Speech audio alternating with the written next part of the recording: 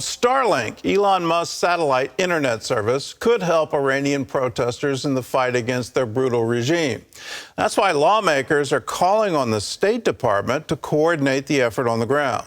The plan is not without risks. Iran's security forces could track down and punish users and their families in retaliation. Burke reports. At the end of September, the U.S. eased restrictions on internet services to counter the government's censorship. Elon Musk wants to take it one step further by providing Iranians with Starlink, his satellite internet service. While the satellites are now active over Iran, the internet signal won't be accessible until portable receivers can somehow be delivered on the ground. In Ukraine, he pushed thousands of them, but obviously we had a government to work alongside. In Iran, we don't, but there are NGOs on the ground. We have covert means through various partnerships and routes that we can get these things in. Congressman Mike Waltz believes the U.S. government should coordinate those efforts. He and Representative Maria Salazar recently wrote to Secretary of State Antony Blinken requesting the State Department get involved. And liftoff of Starlink 435. I mean, this Starlink system can be an avenue for freedom and be an avenue to expose these regimes, whether it's cell phone videos being taken of their brutality or just people's message to their loved ones around the world that's trying to get out. I think we have a moral responsibility to help get these receivers in so that they can link up with the satellites and get these messages out. The receivers would allow users to bypass firewalls put in place by the Iranian government and connect directly to satellite internet. Musk himself has warned, however, that there's significant risk involved. The signal can be easily tracked, which means Iran's security forces could locate users, shut them down, and arrest them. Still, they are taking risks not to just themselves, but to their entire families, because these regimes crack down not just on the person daring to speak out, but their family, their village, their entire tribe. They're still willing to take those risks, and they're willing to fight for their freedom. Waltz hopes the U.S. will agree to facilitate this public-private partnership, but worries the Biden administration may not want to rock the boat with the Islamic regime in order to complete a new Iran nuclear deal. Gordon? Well, Caitlin, Starlink, how has it helped in the fight against Russia? And it's been installed in Ukraine, so how has it helped? Well, Ukrainian military officials say it's really been a game changer there.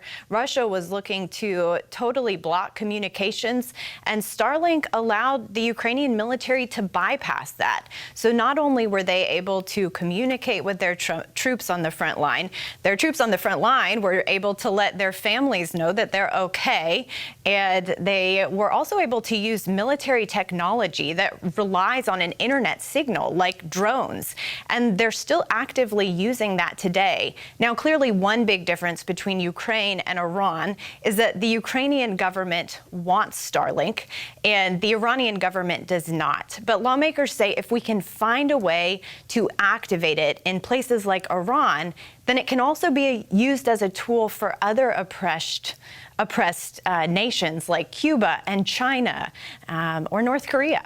Gordon? Well, Elon Musk has pointed out there's a fundamental flaw that you can't actually track it because these things are also transmitters. So how useful will it be in a situation where the government is actively looking for that signal and then can swoop in and shut it down? It's definitely a risk. You know, the receivers need to be in a wide open space in order to get a signal.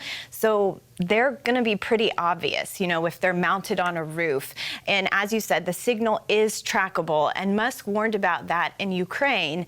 And he's warning about it for Iran as well. But lawmakers like Waltz said that the Iranians know that risk and they are still begging for it. They say that, you know, they're willing to use it for as limited as an amount of time as they can, and that they think that it will still be helpful. So unknown, but they still want it.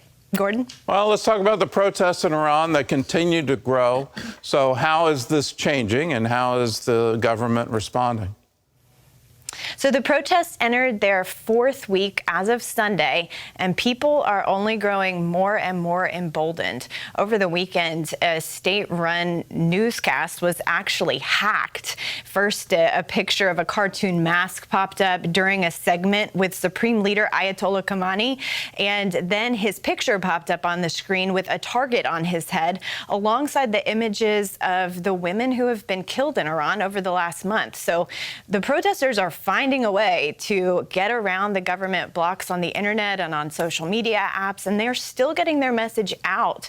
The government is continuing to violently crack down, and the U.S. is condemning that, but it doesn't show there's no end in sight to these protests, Gordon. All right. Well, Caitlin, thanks for the report.